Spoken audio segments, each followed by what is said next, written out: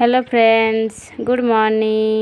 সবাইকে জানাই কেমন আছো তোমরা সবাই। আশা করি খুব ভালো আছো, আমিও খুব ভালো আছি। আমি সকাল সকালে উঠে পড়েছি তাড়াতাড়ি করে টিফিন বানাবো বলে, কারণ আমার মেয়ে সকালে স্কুল যাবে। 7:30 সময় রেডি করে দিতে হবে।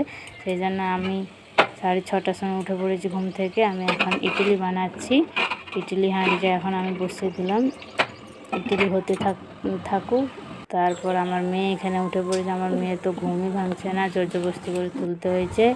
যাই বি হোক, তো আমি এখানে চেক করে নেব ইডলি হয়েছে কিনা।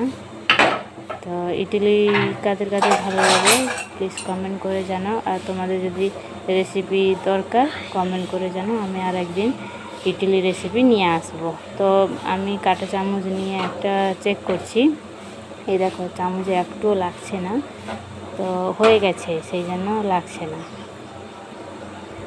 চেক করে নিলাম 2-3 বার, হয়ে গেছে। এখন বর্তমান ইডলি আমি এখন নামিয়ে নেব।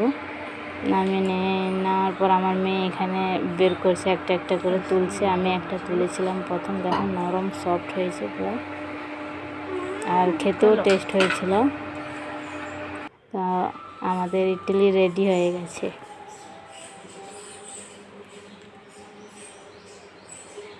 তা আমাদের ইডলি রেডি। হ্যাঁ মামি, তুমি এগুলো স্কুলে নিয়ে যাবে না? হ্যাঁ, আমার মেয়ে স্কুলে নিয়ে যাবে এগুলো। আমাদের রেডি হয়ে গেছে।